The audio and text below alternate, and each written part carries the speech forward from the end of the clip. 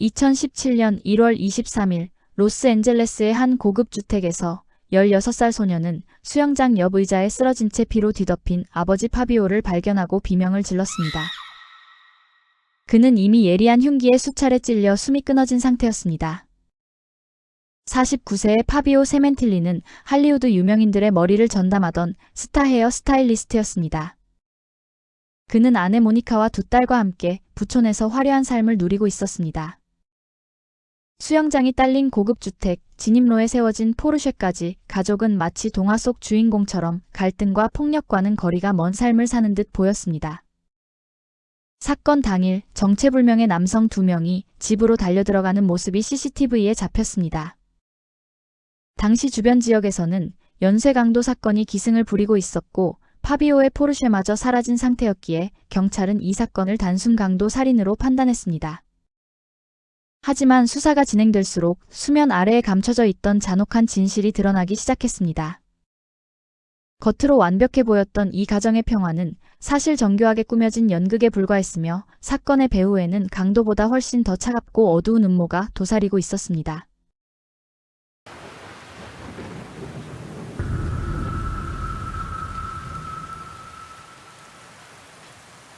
파비오와 모니카는 로스앤젤레스 우드랜드 힐스에 살고 있었습니다. 이곳은 LA에서도 가장 부유한 지역 중 하나로 많은 부유층이 거주하는 곳입니다. 파비오는 자신이 멘토링하던 많은 미용사들에게 빅데디라는 애칭으로 불릴 만큼 존경받는 인물이었고 그의 커리어는 매우 성공적이었습니다. 캐나다 토론토 출신인 그는 이미 17살이라는 어린 나이에 헤어 스타일리스트가 되겠다는 확고한 꿈을 가졌고 이를 위해 고등학교 중퇴라는 과감한 결단을 내렸습니다. 꿈을 향한 그의 행보는 거침이 없었습니다. 19살이 되던 1987년 미용사 자격증을 취득한 그는 누나와 손을 잡고 집 지하실에 작은 미용실을 열며 첫걸음을 뗐습니다. 무모해 보일 수도 있었던 시작이었지만 든든한 조력자가 되어준 누나 덕분에 그는 성장의 발판을 마련할 수 있었습니다. For me, the first thing is my family comes first. My parents taught me that. I have sisters who I adore, and my own family unit is the most dear to me. 그는 미용 대회 수상자이자 살롱 운영자였고 제키 찬, 러셀 크로우, 제니퍼 로페즈 등 유명 배우들의 헤어를 담당하며 할리우드 영화에도 참여했습니다. 사건 당시 49세 파비오는 45세 아내 모니카와의 사이에는 두 딸이 있었고 이전 관계에서 얻은 아들도 한 명 있었습니다.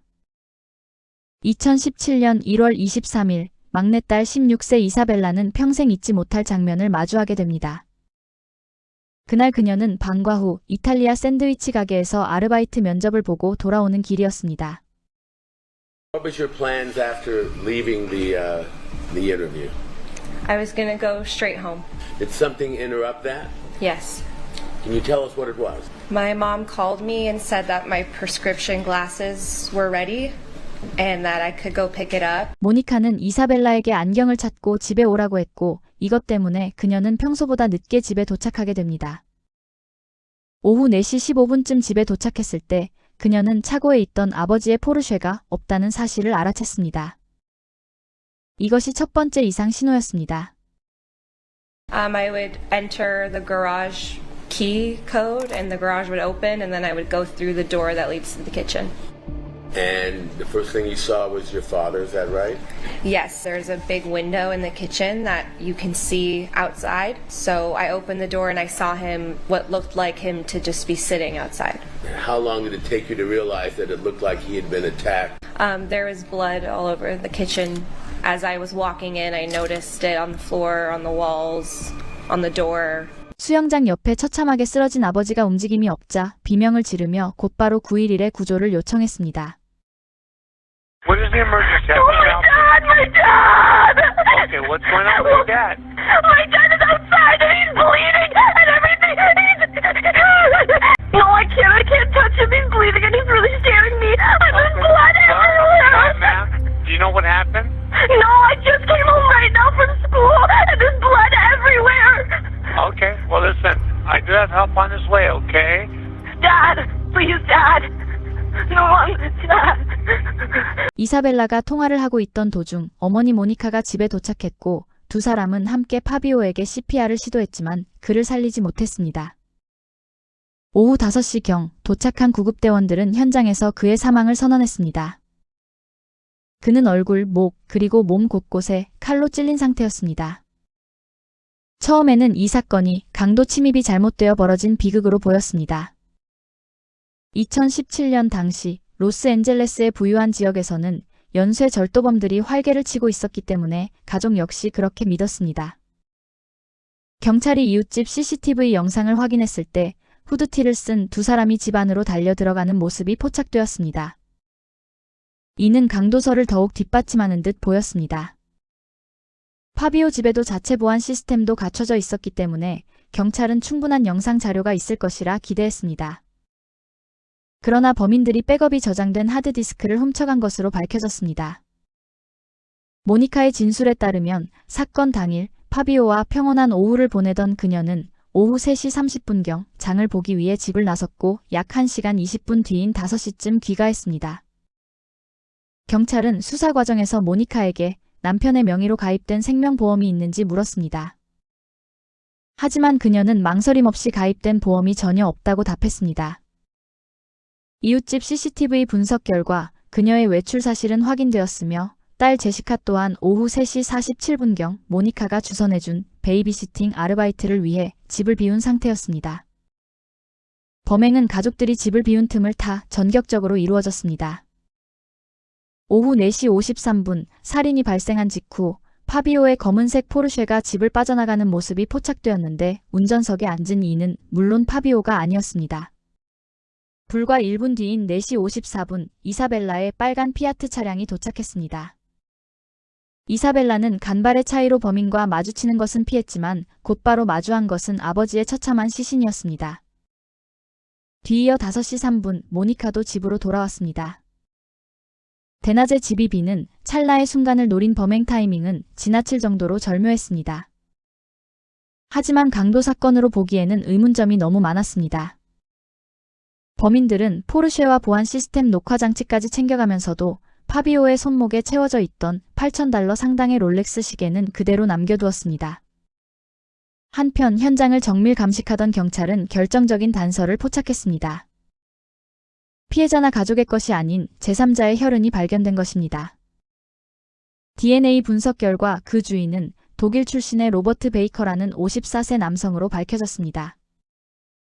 전직 육군 하사관이었던 그는 1993년 의붓딸을 상대로 한 성범죄로 유죄 판결을 받고 불명예 제대한 전과자였기에 데이터베이스에 이미 정보가 등록되어 있었습니다.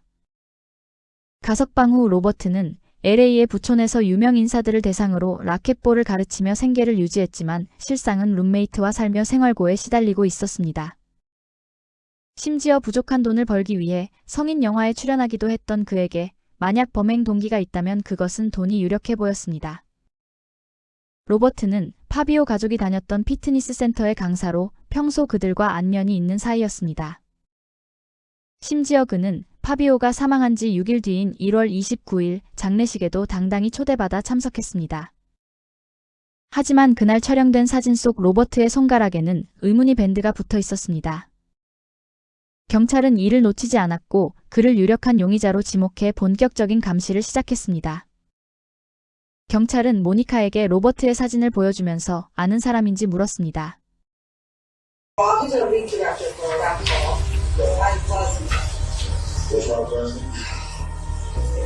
모니카는 그를 거의 알지 못하며 성조차 정확히 기억하지 못한다고 말했습니다.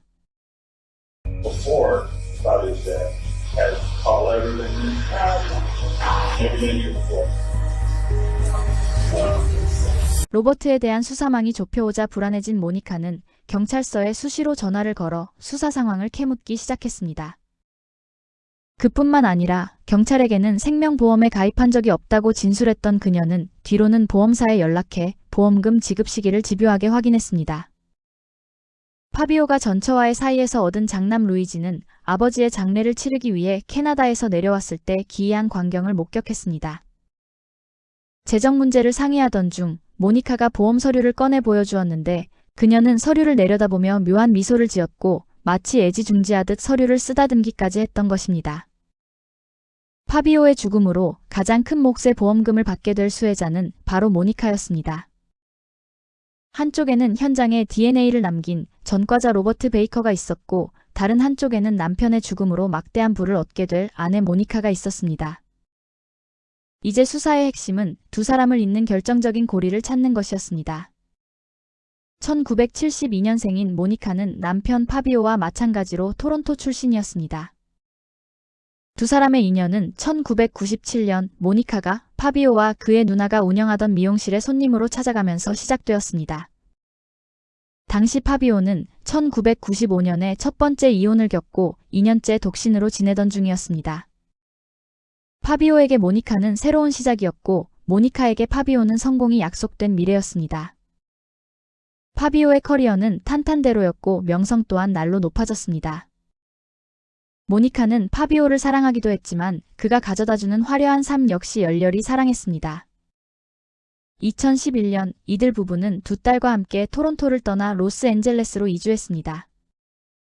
그들은 가사도우미와 정원사, 수영장 관리인까지 둔 대저택에서 호화로운 생활을 누렸습니다. 하와이, 카보, 세인트 토마스 등 이국적인 휴양지로 떠나는 화려한 가족 여행은 이들의 일상이었습니다.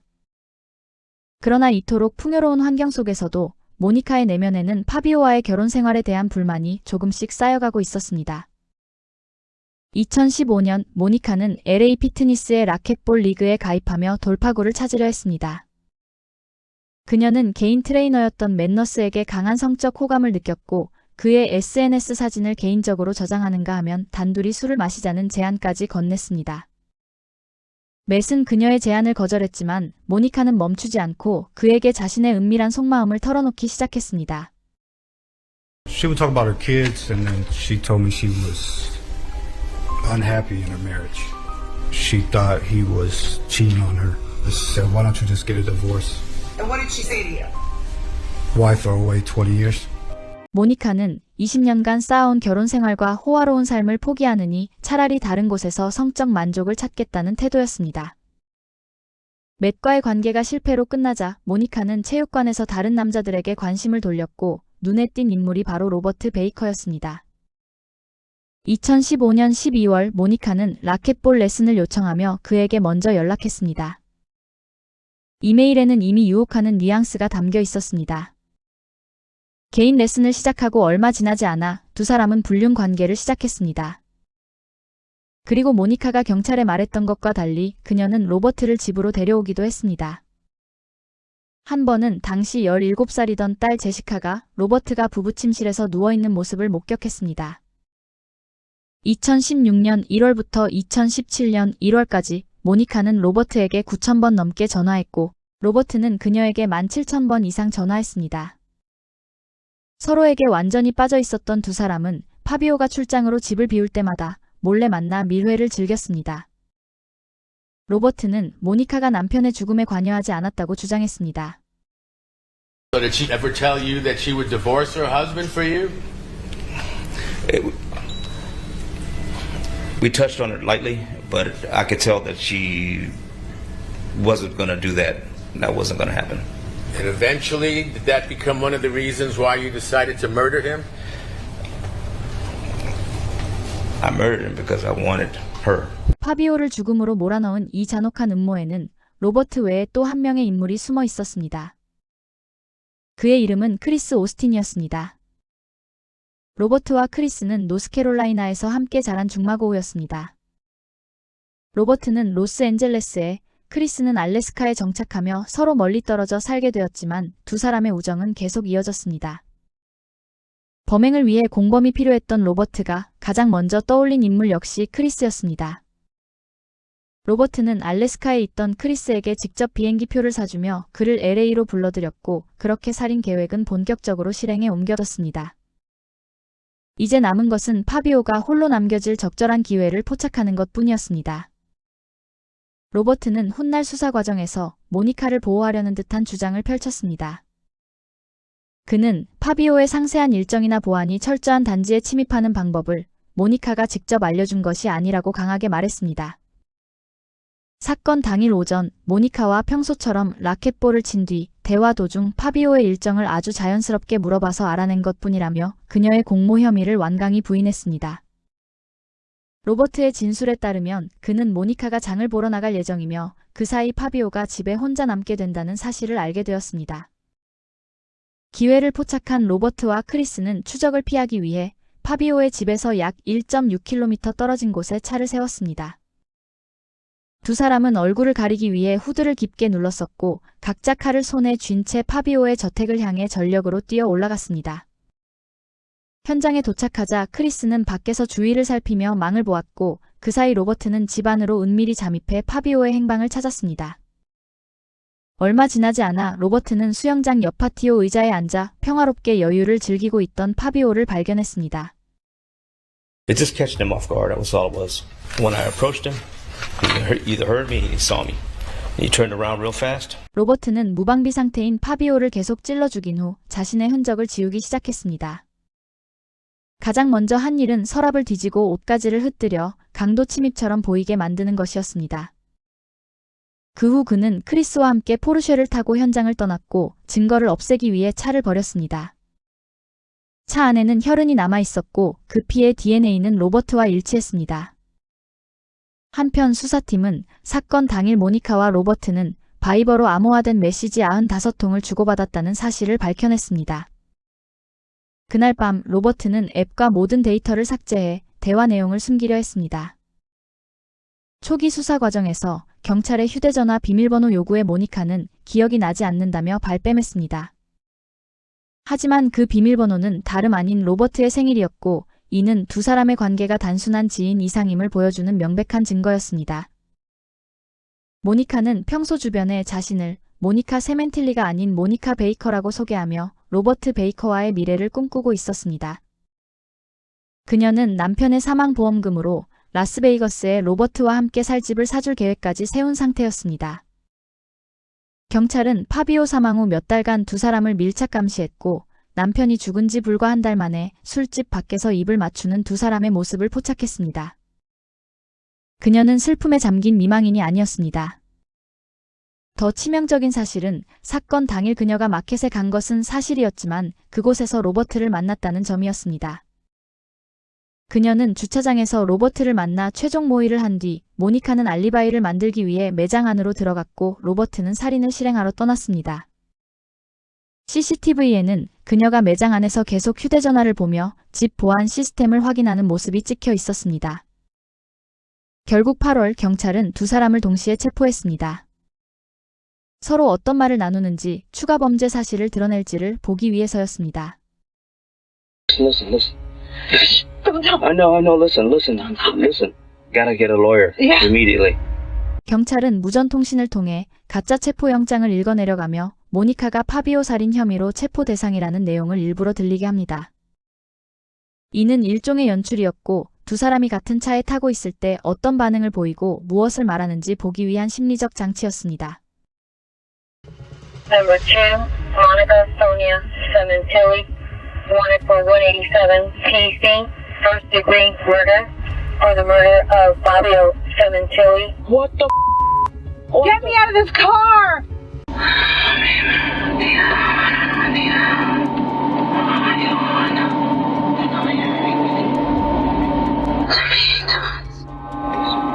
그들이 한 말은 분명히 수상했습니다. 남편을 살해했다는 혐의로 체포되는 평범한 사람이라면 내가 안 했어, 말도 안 돼 라고 말합니다. 그런데 그들은 누군가가 불었다는 식의 말을 했습니다. 결국 로버트 베이커와 모니카 세멘틸리는 살인 및 살인 공모 혐의로 기소됩니다. 경찰서에서 조사받는 동안 모니카는 로버트가 범인일 리 없다고 주장했습니다. 두 사람이 구금된 이후에도 경찰은 계속해서 둘을 함께 두고 대화를 녹음했습니다. Just hang in there, babe. Just be strong. I need you. Just like you need me. Hopefully, if they give you bail. Nothing is okay about this. Not for me, not for you. We should not be in here. 로버트는 자신이 대신 죄를 뒤집어 쓰겠다고 말했습니다. 그들은 감옥 안에서도 결혼 계획을 세우고 서로 사랑을 고백하며 성적인 교류까지 했습니다. 이 녹음들은 공모 관계를 입증하는 중요한 증거가 되었습니다. 한 번은 감옥 방문 후 남겨진 치약 튜브에서 로버트의 정액이 발견되기도 했습니다. 한편 크리스는 체포되자마자 곧바로 자백했고 2급 살인과 흉기 사용 혐의에 대해 유죄를 인정하는 대신 로버트와 모니카에게 불리한 증언을 하기로 했습니다. Baker saying she's gonna come into some money. I realized that she don't like him, so she don't want to be with him no more. But she wants him gone. 코로나19 팬데믹과 복잡한 사전 재판 절차로 인해 이 사건의 재판은 무려 6년이나 지연되었습니다. 그리고 2023년 로버트는 전격적으로 법원에서 자신의 범행을 인정했고 가석방 없는 종신형을 선고받았습니다. 사건의 전말을 자백하고 로버트와 모니카에 대해 결정적인 증언을 제공한 크리스는 징역 16년형을 선고받았습니다. 2015년 1월 24일 마침내 모니카의 재판이 시작되었고 배심원단은 그녀에게 1급 살인 및 살인 공모 혐의에 대해 유죄 판결을 내렸습니다. 형량이 선고되기 전 법원은 가족들에게 최후 진술의 기회를 허락했습니다. Since the day I met Monica over 25 years ago, I respected her like a sister because my brother wanted to build a life with her. Reminiscing is too painful and it deepens the wounds. She is a complete and utter stupid. Watching her dress like a slut for Baker, living 6 months off of blood money, only a devil could manipulate a reality to suit her comforts. In all my worst nightmares, I could never have fathomed this calculated plan. Monica, you are a demon. She can't even look at me. I'm trying to heal from this very horrible situation. I'd like to speak about my parents, how I remember them. I often watch old home videos just to hear his voice, to hear his laugh.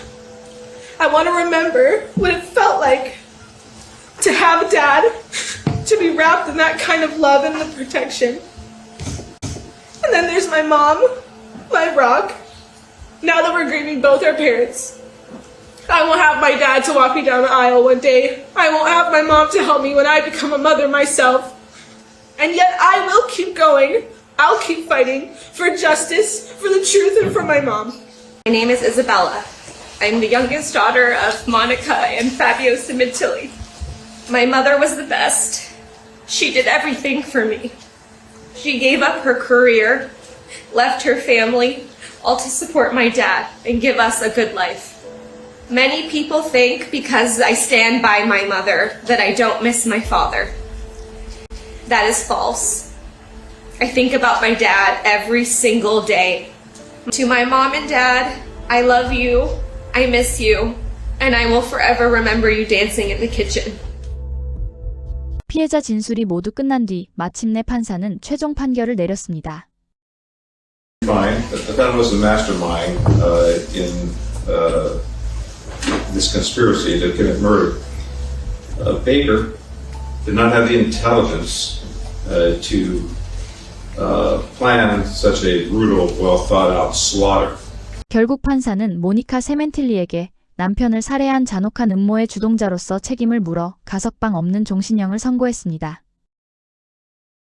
영상 제작에 힘을 보태주실 분들은 구독, 좋아요, 알림 설정 부탁드립니다.